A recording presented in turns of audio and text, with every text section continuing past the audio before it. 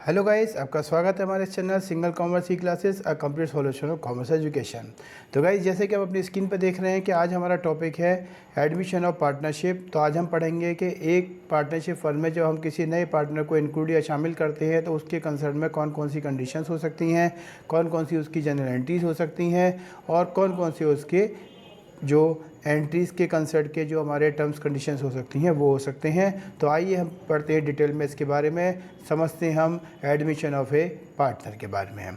तो गाइज़, हमने इस वीडियो में जो हिंदी मीडियम और इंग्लिश मीडियम है दोनों बच्चों के ध्यान रखते हुए इस वीडियो को बनाया है, ताकि हमारे जो हिंदी मीडियम के स्टूडेंट हैं उनको भी इसका फ़ायदा पहुँच सके और जो इंग्लिश मीडियम के स्टूडेंट हैं उनको भी इसका फ़ायदा पहुँच सके। इसलिए हमने दोनों लैंग्वेज का इस वीडियो में प्रयोग किया है।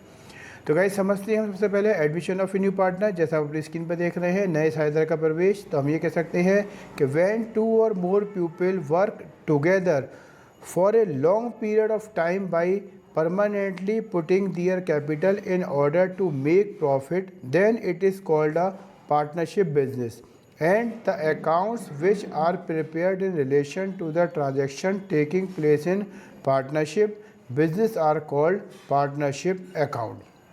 तो गाइज, हम ये कह सकते हैं यहाँ पर कि जब दो या दो से अधिक व्यक्ति मिलकर लाभ कमाने के उद्देश्य से अपनी पूंजी को लगाकर कोई भी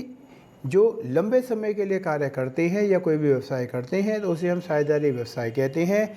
तथा साझेदारी व्यवसाय में होने वाले लेन देनों के संबंध में जो अकाउंट बनाए जाते हैं उनको हम साझेदारी अकाउंट कहते हैं। तो गाइस, नेक्स्ट हम बात करते हैं एडमिशन ऑफ न्यू पार्टनर की। तो जैसा आप अपनी स्क्रीन पर देख रहे हैं कि एडमिशन ऑफ न्यू पार्टनर की अगर हम बात करें तो under partnership business there should be at least 2 partner and the maximum limit of partner is 20 and the maximum limit of partnership in banking business is 10। तो गाइज, हम ये कह सकते हैं कि अगर हम पार्टनरशिप फर्म की बात करें तो जनरली हमारे जो मिनिमम पार्टनर होते हैं वो 2 होते हैं, मैक्सिमम पार्टनर इसमें हमारे 20 होते हैं। और अगर हम बैंकिंग बिजनेस की बात करें तो बैंकिंग बिजनेस के अंदर जो हमारे मिनिमम पार्टनर होते हैं वो हमारे 2 होते हैं, लेकिन जो मैक्सिमम पार्टनर होते हैं वो हमारे 10 होते हैं। यानी कि जो हमारा बैंकिंग बिजनेस होता है तो बैंकिंग बिजनेस के अंदर जो हमारे पार्टनर होते हैं वो हमारे मिनिमम 2 और मैक्सिमम 10 होते हैं। तो हम ये कह सकते हैं कि किसी भी साझेदारी व्यवसाय के अंदर कम से कम 2 पार्टनर का होना ज़रूरी है, जबकि जो मैक्सिमम पार्टनर की संख्या होती है वो 20 होती है। और बैंकिंग बिजनेस की कंडीशन में जो हमारे मिनिमम पार्टनर होते हैं वो 2 होते हैं, जबकि हमारे इसमें जो मैक्सिमम पार्टनर होंगे वो 10 होते हैं। तो गाइज, नेक्स्ट बात करते हैं हम admission of a new partner में कि when a new partner is added to an ongoing partnership business it is called the admission of a new partner. तो हम ये कह सकते हैं कि जब किसी पार्टनरशिप फर्म के अंदर ऑलरेडी एक पार्टनरशिप फर्म हमारी चल रही हो और उसमें हम किसी एक नए पार्टनर को इन्वॉल्व करते हैं, शामिल करते हैं, तब उस कंडीशन में जो एडमिशन होता है जिस पार्टनर का, उस टर्म्स को हम admission of a new partner कहते हैं। At the time of admission of the new partner, the old partners share in the profit in return for which the amount of their capital and goodwill is brought to the firm by the new partner. तो हम ये कह सकते हैं कि जब हम किसी पार्टनर को अपनी पार्टनरशिप फर्म में शामिल करते हैं तो जो पार्टनरशिप फर्म के ओल्ड पार्टनर होते हैं, यानी कि जो ऑलरेडी उस पार्टनरशिप फर्म को रनिंग करा रहे होते हैं, तो वो जो पार्टनर होते हैं वो उस पार्टनरशिप फर्म में से अपने हिस्से का कुछ शेयर वो नए पार्टनर को देते हैं, जिसके बदले में जो नया पार्टनर होता है वो अपने साथ कैपिटल और गुडविल का अमाउंट लेकर आता है, जिसमें से कैपिटल का अमाउंट तो जो ओल्ड पार्टनर की कैपिटल होती है उसी के कंसर्ट में कैपिटल अकाउंट को क्रिएट करके फर्म में रखा जाता है, जबकि गुडविल का अमाउंट जो होता है उस अमाउंट को ओल्ड पार्टनर में उनके जो सेक्रीफाइस रेशो होता है उसमें उनको बांट दिया जाता है। Out of which the amount of capital is kept in the books of the firm along with the capital of the old partner, and the amount of goodwill is transferred to the capital account of the old partner in their sacrifice ratio। तो हम ये कह सकते हैं कि जो capital का amount होता है वो तो पार्टनर की कैपिटल के अकॉर्डिंग फर्म में रखा जाता है, और जो गुडविल का अमाउंट होता है वो ओल्ड पार्टनर में उनके सेक्रीफाइस रेशो में बांट दिया जाता है। तो एक तरीके से हम ये कह सकते हैं कि जब किसी चालू साझेदारी व्यवसाय में किसी नए साझेदार को शामिल किया जाता है और उसे नए साझेदार का प्रवेश कहते हैं। नए साझेदार के प्रवेश के समय पुराने साझेदार के द्वारा जो लाभ में हिस्सा दिया जाता है, जिसके बदले में नए साझेदार के द्वारा अपनी पूंजी व ख्याति की राशि फर्म में लाई जाती है, जिसमें से पूंजी की राशि का तो पुराने साझेदारों में पूंजी के साथ फर्म की पुस्तकों में रखा जाता है, जबकि गुडविल यानी कि ख्याति की राशि को पुराने साधनों के पूंजी खाते में उनके त्याग अनुपात यानी कि सेक्रीफाइस रेशियो में हस्तांतरित कर दिया जाता है। तो गाइज नेक्स्ट हम बात करते हैं required general entries regarding admission of a new partner की, यानी कि एक न्यू पार्टनर की हम जब बात करते हैं एडमिशन में तो उसके कंसर्न में कौन कौन सी एंट्रीज बनाई जा सकती हैं वो हम आपकी स्क्रीन पर दिखा रहे हैं। सबसे पहले हम बात करते हैं नए साधन के प्रवेश के संबंध में आवश्यक जनरल प्रविष्टियों में। जो फर्स्ट कंडीशन आती है when the amount of capital and goodwill is brought in cash by A new partner. तो हम ये कह सकते हैं कि जब नए साझेदार के द्वारा पूंजी व ख्याति की राशि को नगद लाया जाता है, यानी कि जब नए साझेदार किसी पार्टनरशिप फर्म में इन्वॉल्व होता है, एडमिट होता है, तो उसके कंडीशन में वो अपनी कैपिटल और गुडविल दोनों का अमाउंट अगर वो कैश में लेकर आता है तो उसको फिर हम जो एंट्री बनाते हैं वो हम बनाते हैं cash oblique bank account debit to new partners capital account और टू गुडविल अकाउंट। इस कंसर्न में हम बैंक अकाउंट या कैश को तो डेबिट कर देते हैं और जो न्यू पार्टनर की कैपिटल होती है उसके न्यू पार्टनर के नाम से उसकी कैपिटल अकाउंट को क्रेडिट कर देते हैं और गुडविल को भी हम क्रेडिट करते हैं जब वो कैपिटल और गुडविल दोनों का अमाउंट कैश में लेकर आता है। तो हम इसकी नरेशन नेक्स्ट लिख सकते हैं being cash brought from new partner for his capital and goodwill. Next बात करते हैं when the new partner only brings in the amount of capital and the goodwill account is opened by not bringing the cash amount of goodwill. तो हम ये कह सकते हैं कि जब नए साझेदार के द्वारा केवल पूंजी की राशि तो नकद में लाई जाए लेकिन ख्याति की राशि नकद में ला लाकर ख्याति का खाता खोला जाता है तब उस कंडीशन में फिर हम एंट्री बनाते हैं cash oblique bank account debit to new partners capital account. तो हम ये कह सकते हैं कि उस कंडीशन में हमारी जो एंट्री बनेगी उस एंट्री के कंसर्न में हम ये कह सकते हैं कि उसमें हम कैश या बैंक को डेबिट कर देंगे और कैपिटल अकाउंट को ही क्रेडिट करेंगे, इसमें गुडविल अकाउंट को क्रेडिट नहीं करेंगे। तो गाइज नेक्स्ट आती है बात accounted treatment of goodwill on the admission of a new partner. ये बहुत ही एक इंपॉर्टेंट टॉपिक बनने वाला है आपके लिए क्योंकि गाइज इसमें आपको एक बात हम क्लियर कराना चाहते हैं कि जब भी आप admission of a new partner की बात करते हैं तो इसमें जो गुडविल का कॉन्सेप्ट होता है वो आपको बहुत ध्यान से समझना होगा और इसकी जो बारीकियाँ हैं उनको भी जानना होगा जो हमने कोशिश करी है आपको पूरी डिटेल में देने की। तो इसको समझते हैं हम accounted treatment of goodwill on the admission of a new partner की बात करें अगर हम तो सबसे पहले बात करते हैं हम नए साझेदार के प्रवेश के संबंध में ख्याति से संबंधित आवश्यक लेखे। तो हम बात करते हैं there may be 3 situation for the accounted treatment of goodwill और premium at the time of admission of a new partner. तो हम ये कह सकते हैं कि गुडविल की कंसर्न की अगर बात करी जाए तो admission of a new partner के कंसर्न में गुडविल की जो है 3 सिचुएशन हो सकती हैं। 3 सिचुएशन इसकी जो होंगी वो क्या क्या हो सकती हैं वो आपकी स्क्रीन पर है, यानी कि नए साझेदार के प्रवेश के समय ख्याति या प्रीमियम का लेखांकन व्यवहार करने के मुख्यतः 3 परिस्थितियाँ हो सकती हैं। फर्स्ट बात करते हैं हम when the amount of goodwill premium is paid privately. इसका मतलब होता है कि जब नए साझेदार के द्वारा जो गुडविल का अमाउंट होता है वो पुराने पार्टनर में यानी कि ओल्ड पार्टनर में प्राइवेटली दे दिया जाए, उसका कोई अमाउंट या कोई चीज़ फर्म के अंदर ना की जाए, यानी कि जब नया पार्टनर अपनी गुडविल के अमाउंट को ओल्ड पार्टनर को प्राइवेटली दे देता है, यानी कि जब ख्याति या प्रीमियम का व्यक्तिगत रूप से भुगतान किया जाता है। सेकंड कंडीशन आती है when the new partner bring his share of goodwill premium in cash, यानी कि जब नया पार्टनर अपने हिस्से की गुडविल की राशि को कैश में लेकर आता है तो क्या एंट्री बनेगी। नेक्स्ट आती है when the new partner does not bring his share of goodwill premium in cash. और थर्ड कंडीशन हो जाती है कि जब नए पार्टनर के द्वारा जो गुडविल का अमाउंट होता है वो कैश में ना लाकर उस कंडीशन में क्या एंट्री बनेगी। तो हम 3 कंडीशन हो गई, पहली जब गुडविल का अमाउंट वो प्राइवेटली ओल्ड पार्टनर को दे दे, सेकंड हो गई आपकी जब गुडविल का अमाउंट वो कैश में लेके आए, और थर्ड कंडीशन हो गई जब नया पार्टनर गुडविल का अमाउंट कैश में लेकर नहीं आता है। तो इनकी कौन कौन सी टर्म्स कंडीशन होंगी, क्या एंट्रीज होंगी, तो उसके बारे में हम समझते हैं। तो सबसे पहले बात करते हैं when the amount of goodwill premium is paid by new partner to old partner privately, यानी कि जब हम बात करते हैं कि जब नए पार्टनर के द्वारा अपनी जो गुडविल का अमाउंट होता है वो ओल्ड पार्टनर को प्राइवेटली यानी कि व्यक्तिगत रूप से पर्सनली दे दिया जाता है तो क्या कंडीशन होगी। तो sometime new partner give his share of goodwill premium amount privately directly to old partner as it is a matter outside the business. So no journal entry being pass in the books of the firm. तो हम ये कह सकते हैं कि यदि नया साझेदार अपने हिस्से की ख्याति की राशि पुराने साझेदारों को व्यक्तिगत रूप से नकद में भुगतान कर देता है, तब ऐसी दशा में ख्याति यानी कि गुडविल की राशि की फर्म में कोई एंट्री नहीं करते हैं, यानी कि इसका फर्म में कोई लेना देना नहीं होगा, तो इसलिए इसकी एंट्री फर्म में नहीं की जाएगी। तो इन शॉर्ट हम ये कहें कि जब न्यू पार्टनर के द्वारा गुडविल का अमाउंट ओल्ड पार्टनर्स को प्राइवेटली पर्सनली डायरेक्टली दिया जाता है, आउट ऑफ फर्म दिया जाता है, तब उस कंडीशन में गुडविल की फर्म की बुक में कोई एंट्री नहीं की जाएगी। तो गाइस सेकंड कंडीशन आती है when the new partner bring his share of goodwill premium in cash, यानी कि जब नए साझेदार अपने हिस्से की ख्याति की या प्रीमियम की राशि को कैश में लेकर आता है। तो यहाँ गाइस एक बात ध्यान रखना है आप लोगों को कि यहाँ गुडविल भी हम यूज़ कर सकते हैं और उसकी जगह पर प्रीमियम और गुडविल वर्ड भी यूज़ किया जा सकता है।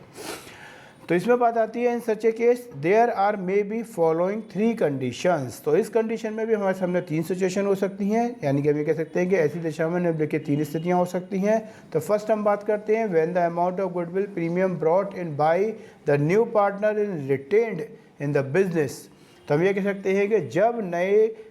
पार्टनर के द्वारा जो गुडविल का अमाउंट कैश में लाया जाता है तो उस अमाउंट को फर्म में ही रखा जाता है, यानी कि फर्म से नहीं निकाला जाता है।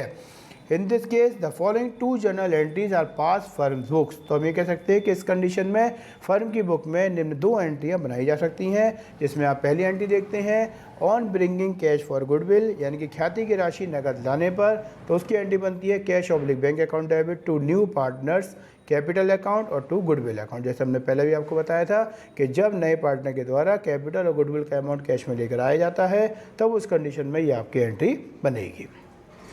सेकंड की अगर हम बात करें तो on division of amount of goodwill amongst the old partners, यानी कि ये कह सकते हैं कि जो गुडविल का अमाउंट होता है वो ओल्ड पार्टनर के द्वारा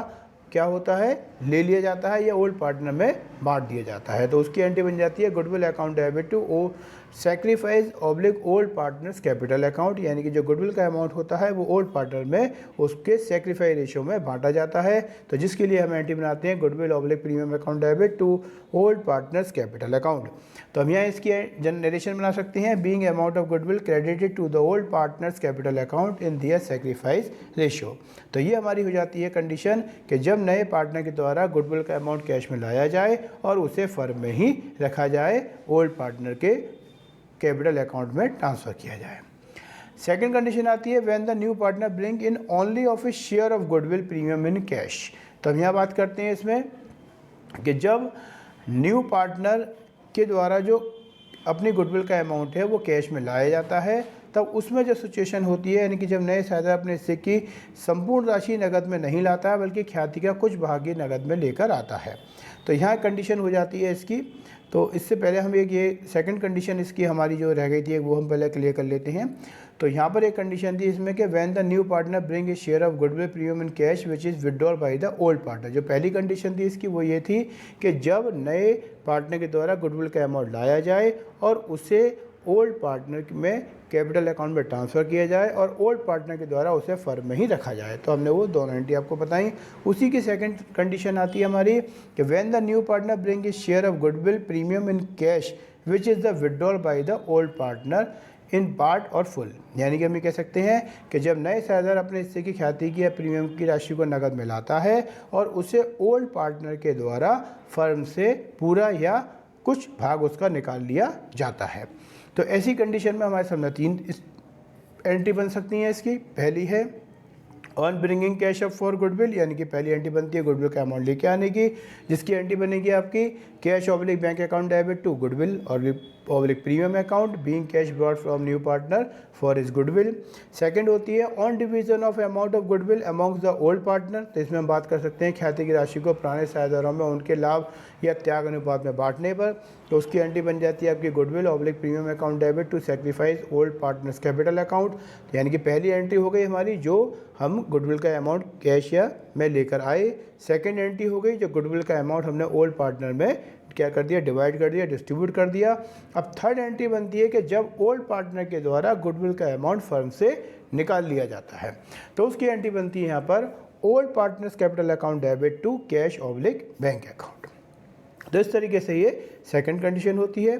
फिर हम बात करते हैं नेक्स्ट कंडीशन की, जो भी हम आपको बता रहे थे कि when the new partner bring in only for a share of goodwill premium in cash. अब एक कंडीशन ये भी हो सकती है कि जब नए पार्टनर के द्वारा जो गुडविल का अमाउंट होता है तो वो लेके आते हैं, लेकिन नए पार्टनर के द्वारा जो गुडविल का अमाउंट होता है वो पूरा का पूरा ना लाकर उसका कुछ पार्ट ही लाया जाता है। सपोज़ कीजिए कि मान लीजिए नए पार्टनर की गुडविल बैठती है 10,000 रुपीज़ की। अब 10,000 रुपीज़ में जो न्यू पार्टनर के द्वारा है वो ओनली 6,000 रुपीज़ ही लाया गया, यानी कि 4,000 रुपीज़ अभी उनका बकाया रह जाता है। तब उस कंडीशन में क्या एंट्री बनेंगी, तो वो आपकी स्क्रीन पर है। तो इसमें जितना पैसा वो कैश में लेके आता है तो उसकी तो एंट्री बन जाती है on bringing cash for goodwill के लिए cash oblique bank account debit to goodwill account being cash brought from new partner for his goodwill. Second होती है on entry for credit given to sacrifice partner by incoming partner full share of goodwill. तो अब जो goodwill का amount होता है वो हमें सेक्रीफाइस पार्टनर जो होते हैं, ओल्ड पार्टनर जो होते हैं, उनके सेक्रीफाइस रेशियो में हमें बांटना होता है। तो उसके लिए जो अमाउंट गुडविल का हम पे आ चुका है उसके लिए तो गुडविल अकाउंट को हम डेबिट कर देंगे, और जितना पैसा बकाया रह गया, जैसे भी आपको हमने एग्जांपल दिया कि मान लीजिए गुडविल का अमाउंट 10,000 रुपीज़ है, तो हम जैसे आप अपनी स्क्रीन पर देख रहे हैं एंट्री, तो हमने एंट्री बनाई है यहाँ पर goodwill oblique premium account debit new incoming partners capital account debit to sacrifice old partners capital account.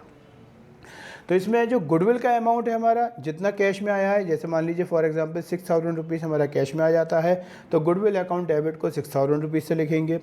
अब जो 4,000 रुपीज़ हमारा कैश में नहीं आ पाया है तो उसके लिए भी जो न्यू पार्टनर का कैपिटल अकाउंट है उसको डेबिट किया जाएगा। तो उसके लिए एंट्री बनाएंगे new partners capital account debit, तो उसमें हम जो 4,000 रुपीज़ होगा उससे हम इसको डेबिट कर देंगे। अब जो टोटल अमाउंट हो गया हमारा, यानी कि 6,000 की तो गुडविल जो कैश में आ चुकी है, 4,000 का वो अमाउंट जो कि हमारा इनकमिंग पार्टनर्स की कैपिटल से लिया गया है, उन दोनों को जोड़ कर जो 6 और 10,000 का अमाउंट हुआ उसके लिए जो सेक्रीफाइस पार्टनर होंगे उनकी कैपिटल अकाउंट को क्रेडिट किया जाएगा, और उसके लिए सेक्रीफाइस रेशो में उनकी कैपिटल अकाउंट में इस 10,000 के अमाउंट को टोटल सेक्रीफाइस रेशो में बांट दिया जाएगा। तो इस तरीके से ये गुडविल की हमारी जो कंडीशंस है वो होती हैं। एक कंडीशन इसमें आती है when the new partner does not bring his share of goodwill premium in cash, यानी कि जब नए शेयरधारक के द्वारा अपने हिस्से की ख्याति की राशि को नकद में नहीं लाया जाता। यानी कि पहली कंडीशन थी कि जब न्यू पार्टनर अपनी गुडविल का अमाउंट कैश में लाता है और उसे फर्म में ही रखा जाता है। सेकंड कंडीशन आपको बताई कि जब न्यू पार्टनर अपनी गुडविल का अमाउंट कैश में लाता है लेकिन उसे ओल्ड पार्टनर के द्वारा फर्म से निकाल लिया जाता है। तीसरी कंडीशन हमने आपको बताई थी कि जब न्यू पार्टनर गुडविल का अमाउंट अपना कैश में पूरा न लाकर कुछ लाता है और बाकी उसके पार्टनर की जो कैपिटल होती है उससे लिया जाता है। अब नेक्स्ट कंडीशन आती है गुडविल की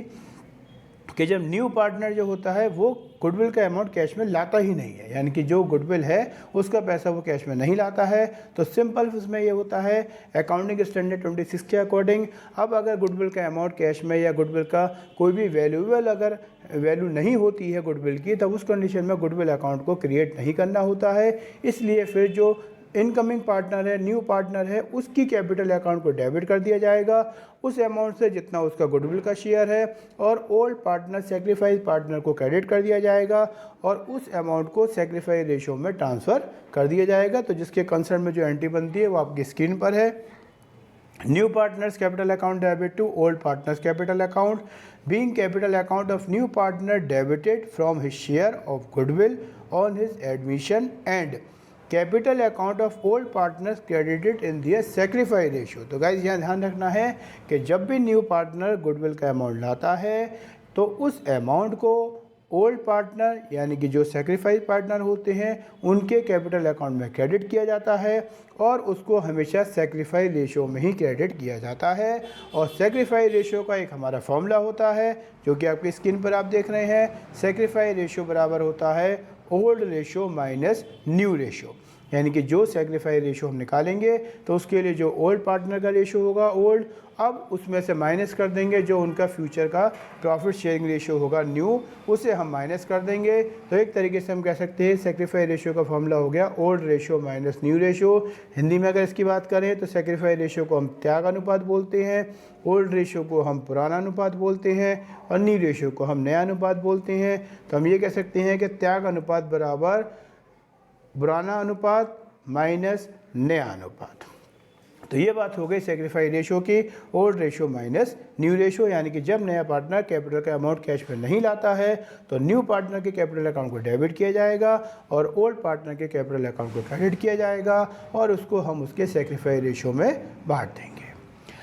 तो गाइज नेक्स्ट एक टॉपिक और आता है हमारा गुडविल का। जैसे कि आपको बताया कि एडमिशन ऑफ न्यू पार्टनर या पार्टनरशिप फर्म के अंदर गुडविल का अपना एक बहुत ही इंपॉर्टेंट रोल होता है, तो इसलिए आपको इसकी बारियों को समझना भी बहुत ज़रूरी हो जाता है। हमने कोशिश करी है कि इस वीडियो में हम आपको टोटल गुडविल का जो भी कंसर्न डिटेल की नॉलेज हो सकती है वो हम आपको दे सकें।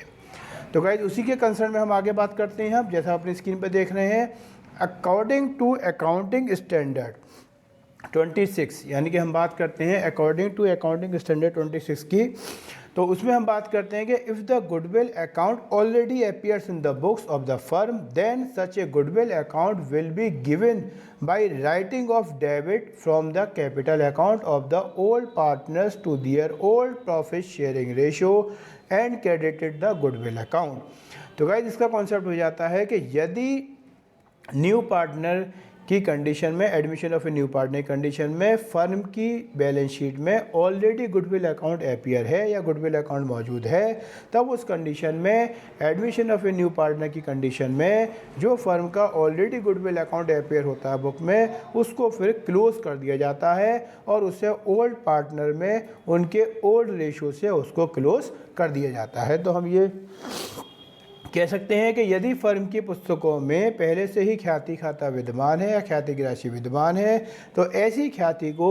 सभी पुराने साझेदारों के पूंजी खाते से उनके पुराने लाभ विभाजन अनुपात में डेबिट करके तथा ख्याति खाते को क्रेडिट करके अप्लीकेट कर दिया जाएगा, जिसके कंसर्न में आपको निम्न एंट्री बनानी होती है। यानी कि ये कह सकते हैं कि अगर फर्म की बुक में गुडविल अकाउंट ऑलरेडी अपीयर है और नया पार्टनर आप एडमिट करते हैं, शामिल करते हैं, तो उस गुडविल अकाउंट को आपको क्लोज करना होगा, जिसके लिए एंट्री बनानी होगी old partners capital account debit to goodwill account being existing value of firm's goodwill already appearing in the books now written off closed by old partners in their old profit sharing ratio। तो हम ये कह सकते हैं कि goodwill account को आपको close करना होगा ओल्ड पार्टनर के द्वारा और उनके ओल्ड प्रॉफिट शेयरिंग रेशो में। तो गाइज नेक्स्ट बात करते हैं हम इसमें हिडन और इनफ्रेड गुडविल की, यानी कि ऐसी गुडविल जो आपको बुक्स में ना दे रखी हो, ना ही उसको कोई कंडीशन से रखी हो, लेकिन वो आपको निकालनी पड़ सकती है। तो उसकी क्या सिचुएशन होगी, तो उसकी हम बात करते हैं। जैसा अपनी स्क्रीन पर देख रहे हैं आप कि sometimes the amount of goodwill is not given clearly but is calculated on the basis of an infrared method of profit sharing ratio or capitalization. In other words, when the value of goodwill is calculated on the basis of capital contribution of the incoming partner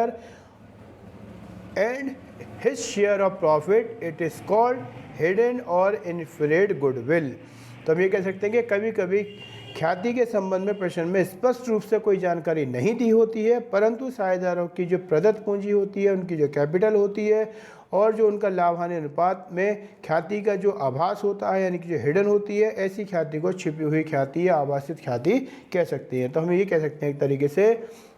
कि जब हमें goodwill का amount तो firm में नहीं दिया हुआ है या बुक में नहीं दिया हुआ है और अगर हमारे को जो न्यू पार्टनर और ओल्ड पार्टनर की जो एडजस्टेड कैपिटल होती है और उनके जो न्यू रेशो होते हैं उसके अकॉर्डिंग हम इस गुडविल की राशि को निकाल सकते हैं या उस गुडविल के अमाउंट को निकाल सकते हैं। फॉर एग्ज़ाम्पल मान लीजिए नया पार्टनर अपनी 1/5 पार्ट के लिए 20,000 रुपीज़ की कैपिटल को लेकर आता है, तो इसका मतलब ये हुआ कि उसके अकॉर्डिंग जो टोटल फर्म की कैपिटल होगी वो 20,000 इंटू 5 करेंगे तो 1 लाख रुपीज़ की होगी, यानी कि 1 लाख रुपए की होगी। अब मान लीजिए फर्म के पास ऑलरेडी 2 पार्टनर हैं ए और बी, और उन्होंने नए पार्टनर सी को 1/5 पार्ट के लिए 20,000 की कैपिटल के अकॉर्डिंग शामिल किया था। तो अगर नया पार्टनर सी है जिसकी कैपिटल 20,000 है, जिसका रेशियो 1/5 है, तो उसके अकॉर्डिंग पूरी फर्म की जो कैपिटल होगी वो 20,000 इंटू 5 कर देंगे तो 1 लाख रुपए होगी। अब मान लीजिए ए बी सी तीनों की मिला के जो कैपिटल बैठती है वो मान लीजिए 80,000 बैठती है। सपोज कीजिए 30,000 हमारे ए की है, 30,000 बी की है, 20,000 सी की हो गई,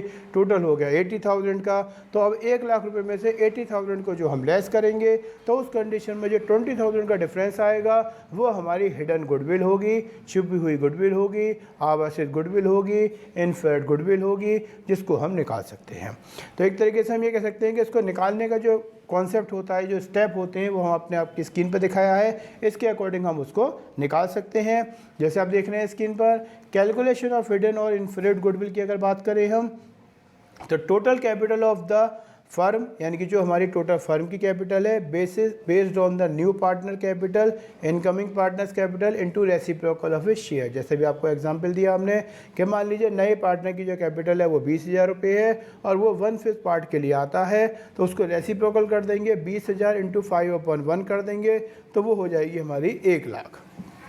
जिसमें से लेस करेंगे हम net worth excluding goodwill of the reconstitute firm, यानी कि जो हमारी अब ओल्ड पार्टनर की कैपिटल है और जो न्यू पार्टनर कैपिटल है, उन दोनों को हम ऐड कर देंगे। जैसा भी आपको एग्जांपल दिया हमने कि मान लीजिए ओल्ड पार्टनर ए और बी दो हैं, ए की कैपिटल है 30,000, बी की कैपिटल है 30,000 और सी की कैपिटल है 20,000। तो अगर मान लीजिए न्यू पार्टनर 20,000 अमाउंट के लिए इंक्लूड होता है, 1/5 उसका पार्ट है, तो हम 1/5 को रेसिप्रोकल कर देंगे, यानी कि 5/1 कर देंगे। तो 20,000 इंटू 5/1 करेंगे तो 1 लाख रुपीज़ होगा। उसमें से लेस कर देंगे जो हमारे ओल्ड पार्टनर की और न्यू पार्टनर की कैपिटल है। मान लीजिए न्यू पार्टनर हमारा सी है जिसकी 20,000 कैपिटल है, और जो ओल्ड पार्टनर है वो ए और बी है जिनकी 30,000 कैपिटल है। तो 30 और 30 80 प्लस 30 और 30 60 प्लस 20 हो गया टोटल 80, यानी कि 80,000 का अमाउंट हो गया। अब 1 लाख में से 80,000 का अमाउंट हम लेस कर देंगे तो बचेगा 20,000 का। तो जो 20,000 का अमाउंट होगा वो हमारा वैल्यू ऑफ हिडन गुडविल निकल कर आ जाएगी। तो उसके कंसर्न में हम एक एंट्री बना सकते हैं, for which the following entry will be pass, जिसके लिए हम एंट्री बना सकते हैं, new partners capital account debit to old partners capital account, being capital account of new partner debited from his share of hidden goodwill on his admission and the capital account of the old partner credited to their sacrifice ratio. तो उस condition में जो new partner होता है उसके capital account को तो हम डेबिट कर देंगे, और जो ओल्ड पार्टनर होंगे उनके कैपिटल अकाउंट को हम क्रेडिट कर देंगे, और जो हिडन गुडविल आएगी उसमें से जो न्यू पार्टनर होगा उसका हम शेयर निकाल कर और उस अमाउंट को ओल्ड पार्टनर के कैपिटल अकाउंट में सेक्रीफाइस रेशियो में बांट दिया जाएगा। तो इस तरीके से ये गुडविल की बात हो जाती है। तो गाइज़, आज की इस वीडियो में हमने आपको जो बेसिक नॉलेज दी है एडमिशन ऑफ पार्टनरशिप की और ख़ास तौर पर गुडविल की, तो हमें उम्मीद है कि वो आपको समझ में आया होगा। गुडविल के कंसर्न में जो भी कंडीशंस हो सकती हैं वो हमने आपको इस वीडियो में देने का प्रयास किया है, कोशिश की है। हमें उम्मीद है कि वो आपको समझ में आया होगा। अब हम इसकी जो नेक्स्ट वीडियो बनाएंगे उसमें जो आपकी बाकी revaluation of assets and liabilities की एंट्री या जो अदर हमारे एक्यूमुलेटेड प्रॉफिट या फंड की एंट्री होती हैं वो हम आपके लिए तैयार की है, क्योंकि एक वीडियो आपके लिए बहुत लंबी हो जाती है, इसलिए हमने इनको 3 पार्ट में बांट दिया है। पहली वीडियो हमने वॉल्यूम 1 के नाम से आपके लिए तैयार की है, सेकंड वीडियो वॉल्यूम 2 के नाम से होगी जिसमें हम revaluation of assets and liabilities और बाकी जो एक्यूमुलेटेड प्रॉफिट्स होंगे उनकी जानकारी देंगे, और लास्ट वीडियो में हम आपको इसके जो नेसेसरी लेजर अकाउंट होंगे उनकी जानकारी देंगे। तो आप इन तीनों वीडियोज़ को एक सीक्वेंस में देखें और जो कंसर्न नॉलेज है आप अपने पास नोट कर रखें,